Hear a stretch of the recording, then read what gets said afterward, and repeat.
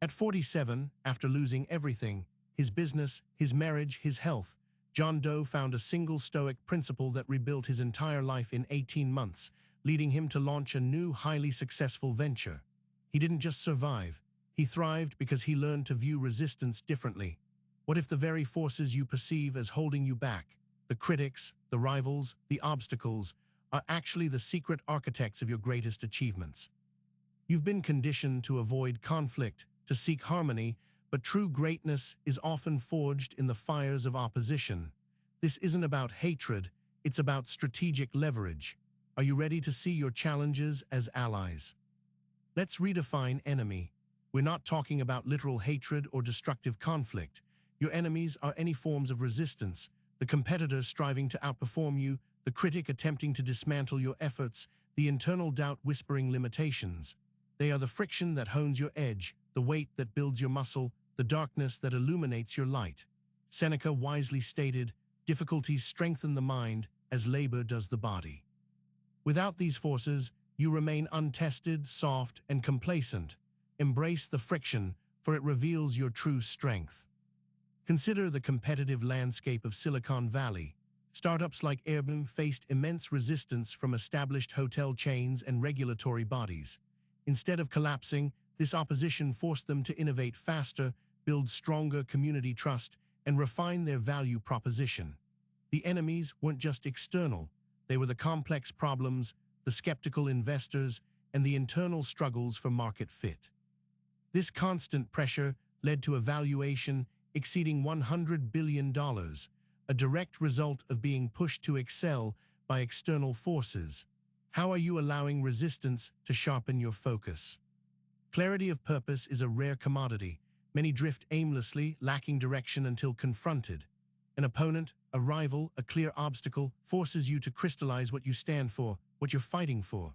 In politics, figures like Winston Churchill found their most defining moments not in peace, but in the crucible of war, where the enemy made his purpose absolute.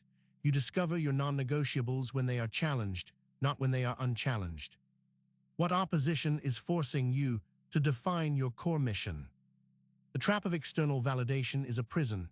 You spend your life seeking approval, diluting your vision to please everyone. But an enemy, a detractor, someone who actively disapproves, liberates you. Their disdain frees you from the need for their acceptance. Consider Kanye West, a figure often criticized, yet his unwavering self-belief, fueled partly by perpetual controversy, propels his creative and business ventures despite, or perhaps because of, the resistance. Their doubt becomes your fuel, their rejection becomes your shield. What external noise are you letting go of? Focus and discipline are the soldiers of success. When a formidable opponent stands before you, you cannot afford complacency. Epictetus taught, "No man is free who is not master of himself." This mastery is forged in the face of challenge. An athlete preparing for an Olympic final doesn't train casually. Their rival's prowess demands peak discipline every single day. You will cut out distractions, refine your strategy, and elevate your effort to meet the perceived threat. Who or what demands your absolute best today? Innovation rarely emerges from comfort zones. It is born from necessity, often driven by a competitive enemy. Think of the space race. The USSR's Sputnik launch was a geopolitical enemy that galvanized the US to pour unprecedented resources into NASA, resulting in technologies that transformed modern life. Without that fierce competition, progress would have been slower, less revolutionary. Resistance forces you to rethink, to experiment, to break existing paradigms. What problem or rival is pushing you to invent a better way?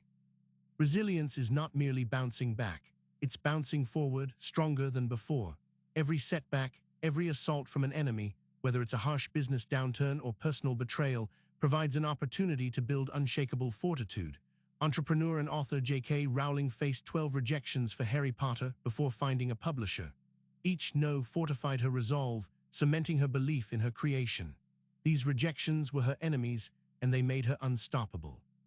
How many times have you been knocked down, only to rise with more resolve? Marcus Aurelius gave us the ultimate wisdom. The impediment to action advances action. What stands in the way becomes the way. This is not mere platitude, it's a strategic framework. Your enemies, your difficulties, your critics, your rivals are not roadblocks. They are the path itself. They provide the necessary context, the specific challenges through which you must pass to reach your objective. Without them, you would lack direction, lack purpose, lack the very friction needed to move forward. What impediment are you currently transforming into your path? The doubt of others can be a corrosive poison or an accelerant to your ambition.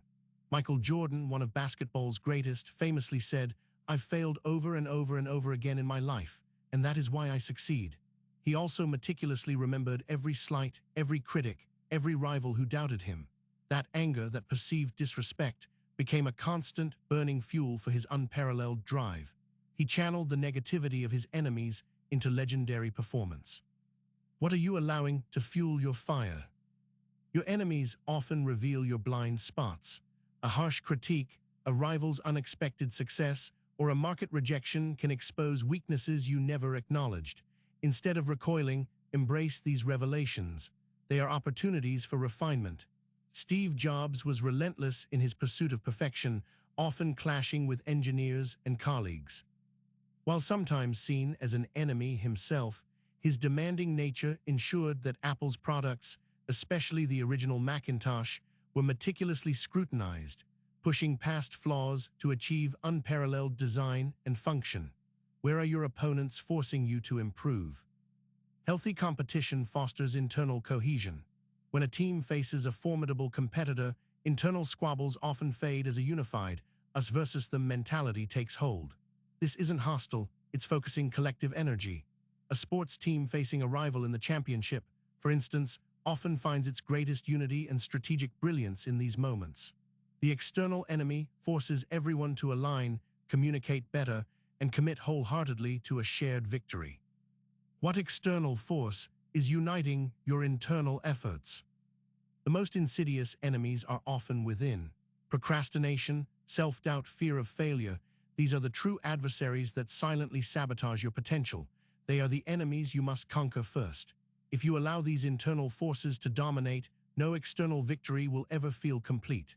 Seneca reminds us, "It is not because things are difficult that we do not dare. It is because we do not dare that they are difficult." Conquer your inner demons, and the external challenges become mere exercises. What internal enemy are you confronting today? Strategic action is born from necessity. When facing a powerful opponent, you cannot afford to be reactive or indecisive. Every move must be calculated, every resource optimized. Consider military strategy throughout history. Sun Tzu's Art of War is fundamentally about understanding and leveraging the enemy to force strategic advantage. Great leaders like Hannibal or Napoleon didn't merely fight, they outmaneuvered. You are forced to plan, adapt, and execute with precision that would be absent in a frictionless environment.